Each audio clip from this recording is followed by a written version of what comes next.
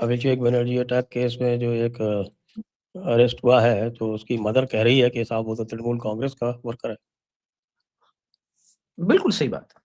तो वैसे इस वक्त ये भी है कि तृणमूल कांग्रेस के जो वर्कर्स हैं वो अभिषेक बनर्जी को मानते हैं कि ये प्रिंसिपल रीजन है, सबसे बड़ा कारण है तृणमूल कांग्रेस की हार का। ये अधिकतर तृणमूल कांग्रेस के लोग मानते हैं। हाँ, देखिए, तृणमूल कांग्रेस सत्ता में आई थी शुभेंदु अधिकारी के नेतृत्व में, जिस प्रकार से वो आंदोलन हुआ, ठीक है। अब शुभेंदु अधिकारी को भले कुछ ना मिला, उससे उसको इश्यू नहीं था, किंतु जिस प्रकार से पार्टी हाईजैक करने के बाद पूरे बंगाल को हाईजैक करा रहे थे Abhishek Banerjee, I really doubt के उनके कोई भारत द्रोही सोरस जीवियों के साथ कोई संबंध नहीं होंगे, संभव नहीं।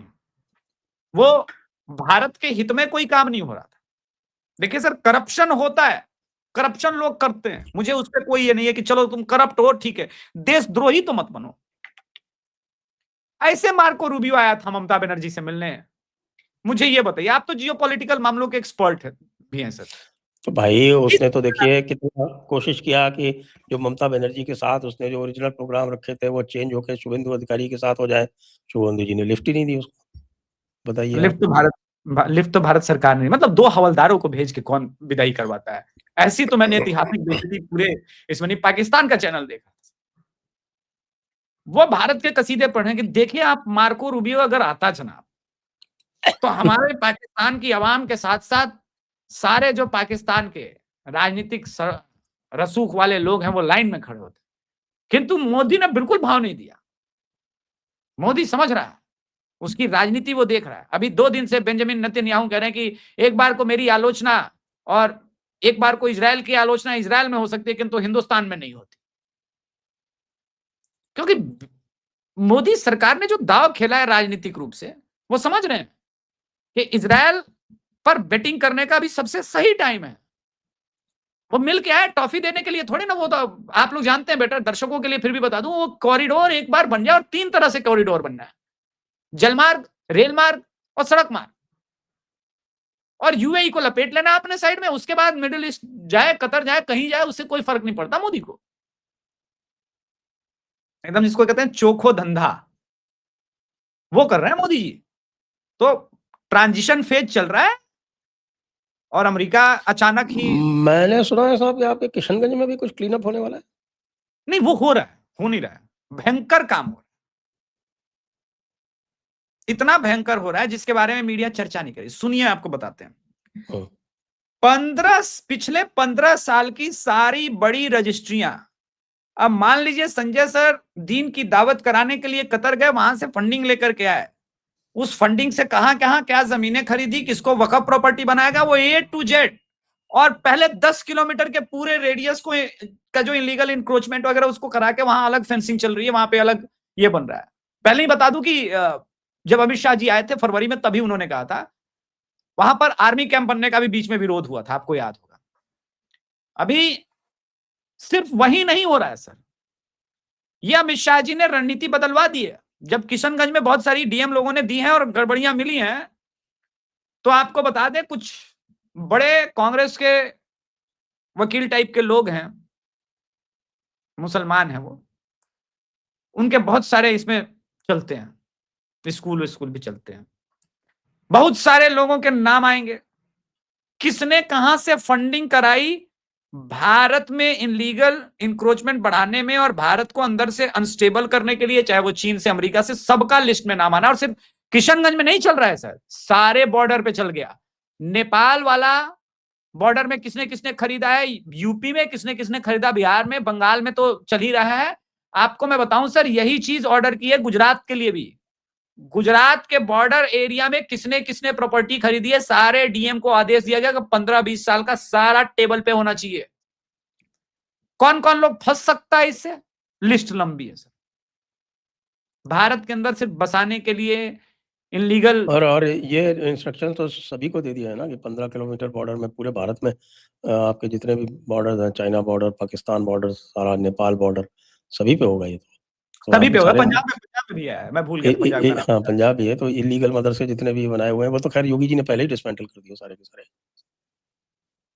योगी जी ने तो नेपाल बॉर्डर पे 400 मदरसे और 400 मदरसे, मजार और मस्जिदें गिरवाई थी, वो लास्ट ईयर ही वो सब वहां पे समतलीकरण हुआ था, और वहां पे तो पूरा ये किया। लेकिन फिर परचेज डील, डीएम से ये सब नहीं मंगवाया था कि किसने किसने कहां कहां जमीनें खरीदी और महंगी जमीनें कैसे खरीदी हैं। अब मैं आपको एक उदाहरण देता हूं, बिहार में एक जगह है ढाका, वो बॉर्डर एरिया पड़ता है नेपाल का, और एकदम वो जो बॉर्डर एरिया पड़ता है, और ढाका के पास जमीनें जो है वो बहुत महंगी। कौन सा जिला हुआ? ढाका बहुत फेमस है। फेमस तो है, लेकिन जिला तो होगा ना कोई। हाँ, ये दरभंगा इसमें पड़ता है, दरभंगा और मधुबनी के बीच का वो जगह पड़ता है, वो वहां पे है। तो वहां पर बॉर्डर एरिया के पास बहुत बहुत कॉस्टली जमीन है सर, आपके उम्मीद से कहीं अधिक कॉस्टली जमीन है। वहां पर हर प्रकार के लोग मिल जाएंगे, वहां पे नेपाली मिलेगा, वहां पे किसी दिन यूएस वाला घूमते हुए मिल जाता है, कभी चाइना वाला भी घूमते हुए मिल जाता है सर, सब मिलते हैं, हर प्रकार के जीव जंतु वहां पे मिलते हैं। बस खाली वहां पे एम्बेसी लोगों को अलग अलग खोलने, सिर्फ ढाका के पास नहीं, वो नेपाल बॉर्डर का एक और जगह है जहाँ पे मैंने ऐसे ही मैं घूमते हुए एक बार मैंने पूछा कि यहाँ पे कितना महंगा जमीन है जी, तो किसी ने मुझे बताया कि 8 करोड़ रुपए कट्ठा है। मैंने बोला बिहार में ऐसा क्या हो रहा है? तो बोला सर वो जोगबनी से मतलब 3 किलोमीटर पहले का एक जगह था, वो क्या नाम भूल गया। तो उसने बोला सर अब यहाँ चमत्कारिक रूप से बात यह है कि नेपाल में दुनिया भर के एजेंट रहते हैं और यहाँ पर भारत के लोग भी हैं बगल में, तो सब थोड़ा सा महंगा हो गया है सर यहाँ पे। बोले वाह ठीक है। तो ये मैं इसलिए बता रहा था कि चमत्कारिक रूप से जो प्राइस राइज बढ़े, किसने खरीदे हैं, किसका पैसा है, कहां से पैसा है, कतर से है, बहरीन से है, यूएई से है, वो सबका ट्रांजेक्शन डिटेल्स मंगवा है। ढाका तो आपका मोतिहारी में पड़ता है। हाँ, मोतिहारी में पड़ता है, दरभंगा रूट वाले में ही मोतिहारी में पड़ता है ढाका। बहुत बढ़िया जगह है, वहां कुछ विशेष नहीं है, जमीनें बहुत महंगी है। आपको दर्शकों को इसलिए मैंने के बताया। पास है ना, क्या है, बरगनिया, हाँ, बरगनिया बॉर्डर, बरगनिया बॉर्डर।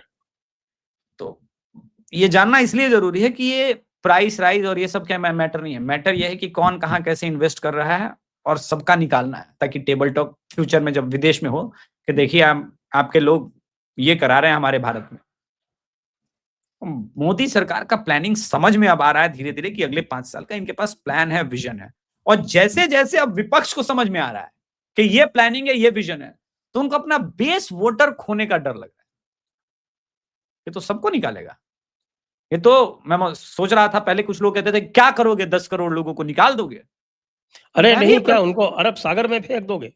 हाँ, अरब सागर में फेंक दोगे। अरे भाई साहब, ये तो सही में अरब सागर में फेंक रहे हैं, ये सही में अरब सागर में फेंकने को तैयार बैठे हैं। जिस प्रकार से रेड कॉरिडोर एकदम खत्म किया, वैसे खत्म करने पे पड़े हुए, लोगों को समझ में नहीं आ रहा अभी। नहीं, वो तो जो बांग्लादेश है तो हम अरब सागर की क्या जरूरत है, बांग्लादेश में फेंक देंगे ना। नहीं संजय सर, आप एक बात देखिए, बीजेपी ने क्या किया है, ये पूरा गंगा की पट्टी को देख लीजिए, गंगा माता की पट्टी को देख लीजिए, उत्तराखंड, यूपी, बिहार, बंगाल, सबसे ज्यादा अवैध रूप से इसी पट्टी में लोग बसाए गए थे। और 5 जगह इनकी सरकार, और 5 जगह से जो डंडा ठोका जा रहा है, और आप न्यूज भी पढ़िएगा तो सबसे ज्यादा दर्शकों को मैं बता दूं, इसी जगह पे, अरे उत्तराखंड के अंदर डेमोग्राफी बदल गई, यूपी के अंदर बदल गई, बिहार के अंदर बदल गई, बंगाल के अंदर बदल गई, असम के अंदर बदल गई। तो सोचिए, बंदे के पास प्लान होगा ना 8-9 साल पहले की एक बार ये 5 जगह पे अपना हो जाएगा, उसके बाद पूरा गंगा माता का सफाई करना है। हम गलत सोच लिए थे, मोदी जी जो बोले ना 2014 में कि न तो मैं आया हूं, न मुझे किसी ने आने बोला है, मुझे तो माँ गंगा ने बुलाया था। तो गंगा माता की सफाई का ये वाला प्लान था, हम कोई और ही नमामि गंगे समझ रहे थे, ये अलग नमामि गंगे प्रोजेक्ट चल रहा है।